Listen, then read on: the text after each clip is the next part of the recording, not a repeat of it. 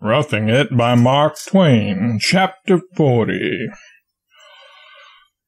I now come to a curious episode, the most curious, I think, that had yet accented my slothful, valueless, heedless career.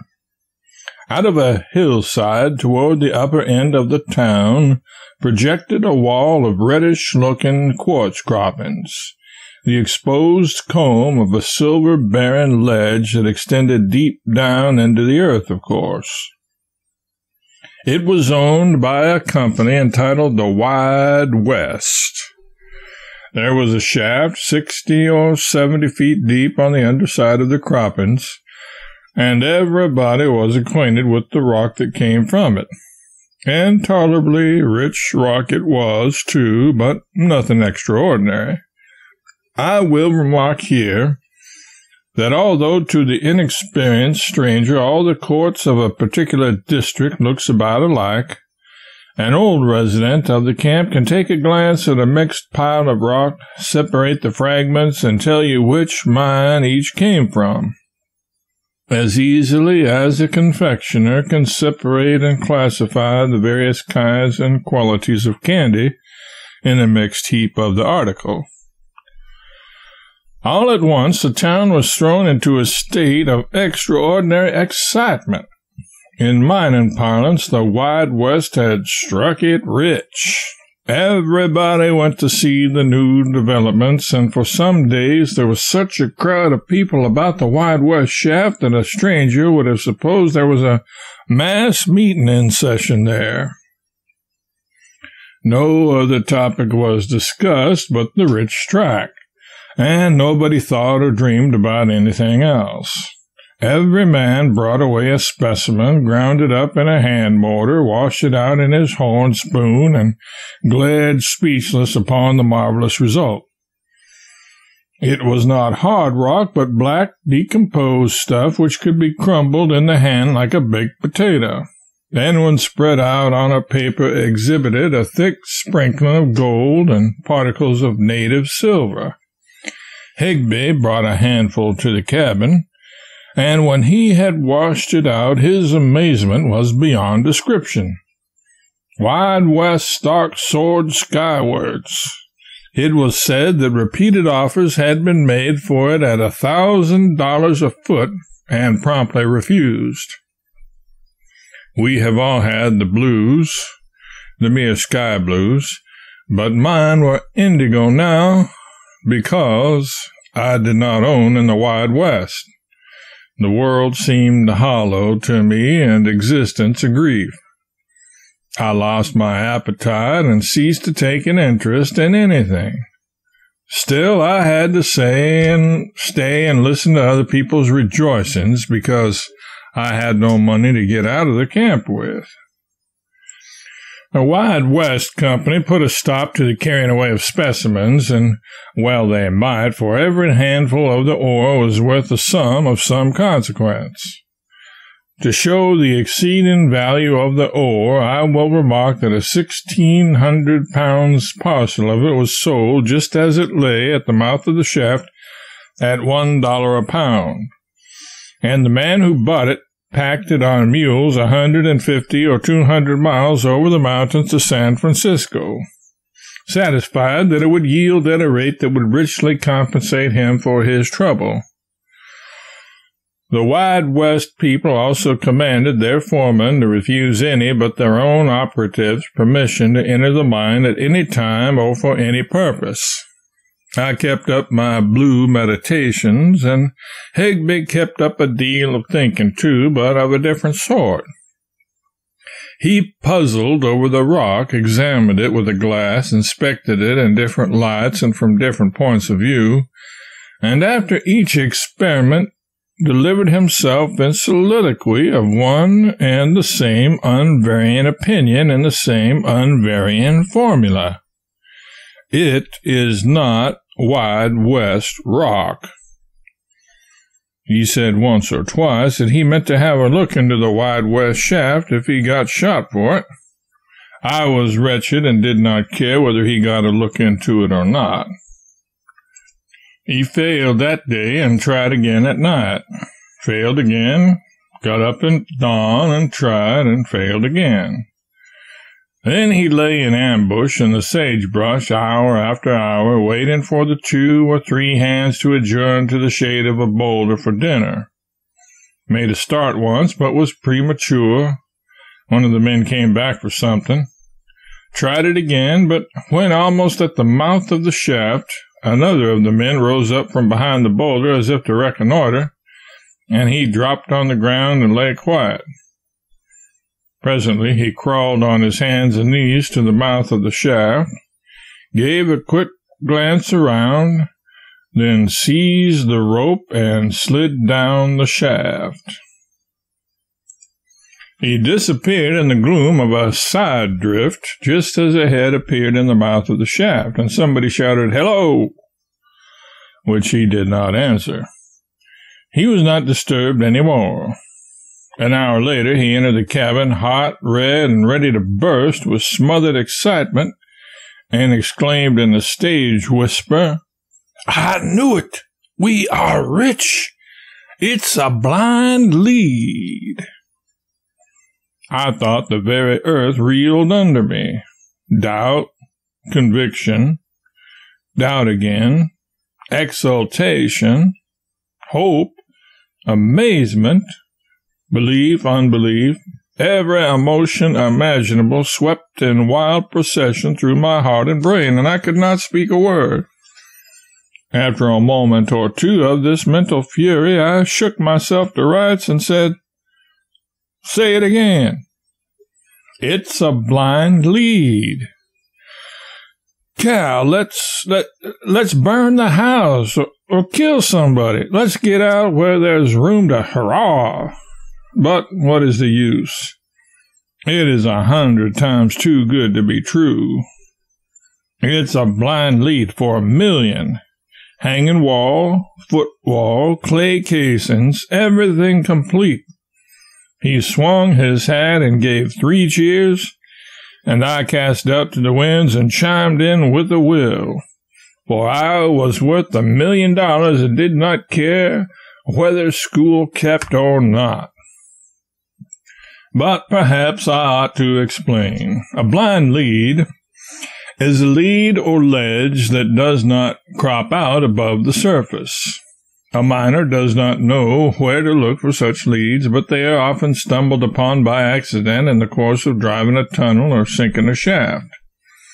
Higby knew the Wide West rock perfectly well, and the more he had examined the new developments, the more he was satisfied that the ore could not have come from the Wide West vein. And so had it occurred to him alone of all the camp that there was a blind lead down in the shaft, and that even the Wide West people themselves did not suspect it. He was right. When he went down the shaft, he found that the blind lead held its independent way through the Wide West vein, cutting it diagonally, and that it was enclosed in its own well-defined case in rocks and clay. Hence, it was public property. Both leads being perfectly well defined, it was easy for any miner to see which one belonged to the Wide West and which did not. We thought it well to have a strong friend, and therefore we brought the foreman of the Wide West to our cabin that night and revealed the great surprise to him. Higby said,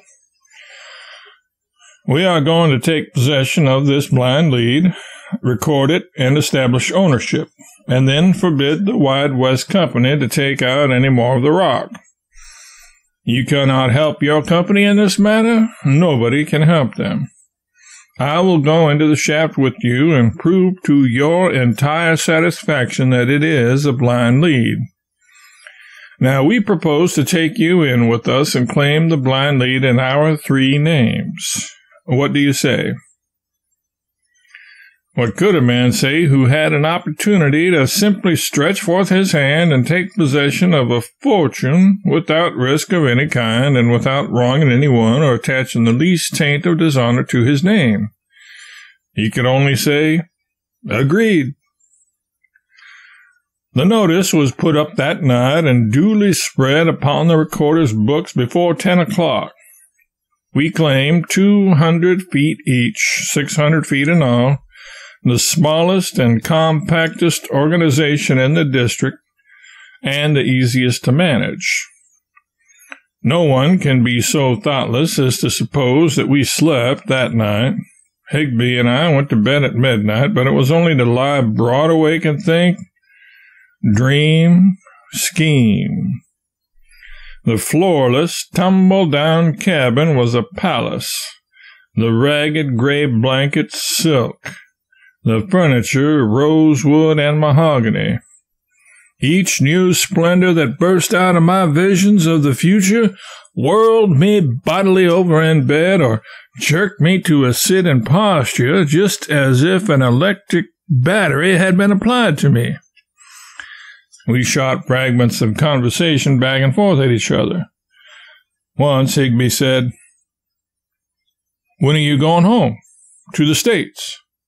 "Tomorrow." With an evolution or two, and then with a sitting position. "Well, no, but next month at furthest." "We'll go in the same steamer." "Agreed." A pause. "Steamer of the 10th? "Yes." "No, the 1st. "All right." Another pause. "Where are you going to live?" said Higby. "San Francisco." "That's me." Pause. "Too high, too much climbing," from Higby. "What is?" "I was thinking of Russian Hill, building a house up there." "Too much climbing? Shan't you keep a carriage?" "Of course, I forgot that." Pause. "Cal, what kind of a house are you going to build?" "I was thinking about that. 3-story and an attic." "But what kind?" "Well, I don't hardly know. Brick, I suppose." "Brick? Bosh." "Why? What is your idea?"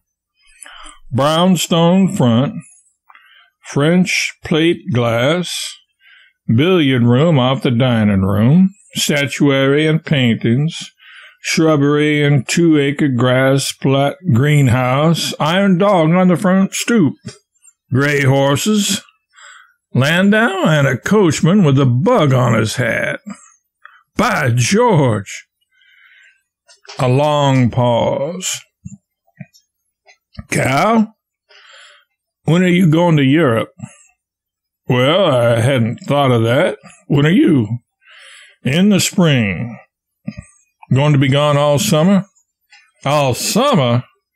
I shall remain there 3 years." "No. But are you in earnest?" "Indeed I am." "I will go along too." "Why, of course you will." "What part of Europe shall you go to?" "All parts. France, England, Germany, Spain, Italy, Switzerland, Syria, Greece, Palestine, Arabia, Persia, Egypt, all over, everywhere." "I'm agreed." "All right." "Won't it be a swell trip?" "We'll spend $40,000 or $50,000 trying to make it one anyway." Another long pause.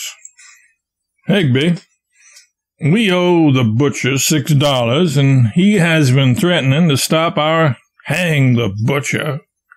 "Amen." And so it went on. By 3 o'clock we found it was no use, and so we got up and played cribbage and smoked pipes till sunrise. It was my week to cook. I always hated cooking. Now I abhorred it. The news was all over town. The former excitement was great. This one was greater still. I walked the streets serene and happy. Higby said the foreman had been offered $200,000 for his third of the mine. I said I would like to see myself selling for any such price. My ideas were lofty. My figure was $1 million. Still, I honestly believe that if I had been offered it, it would have had no other effect than to make me hold off for more. I found abundant enjoyment in being rich. The man offered me a $300 horse and wanted to take my simple unendorsed note for it.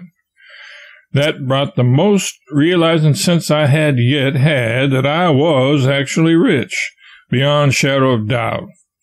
It was followed by numerous other evidences of a similar nature, among which I may mention the fact of the butcher leaving us a double supply of meat and saying nothing about money.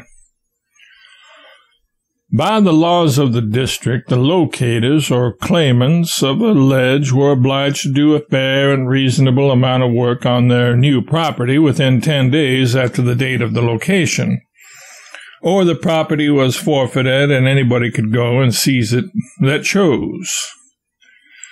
So we determined to go to work the next day.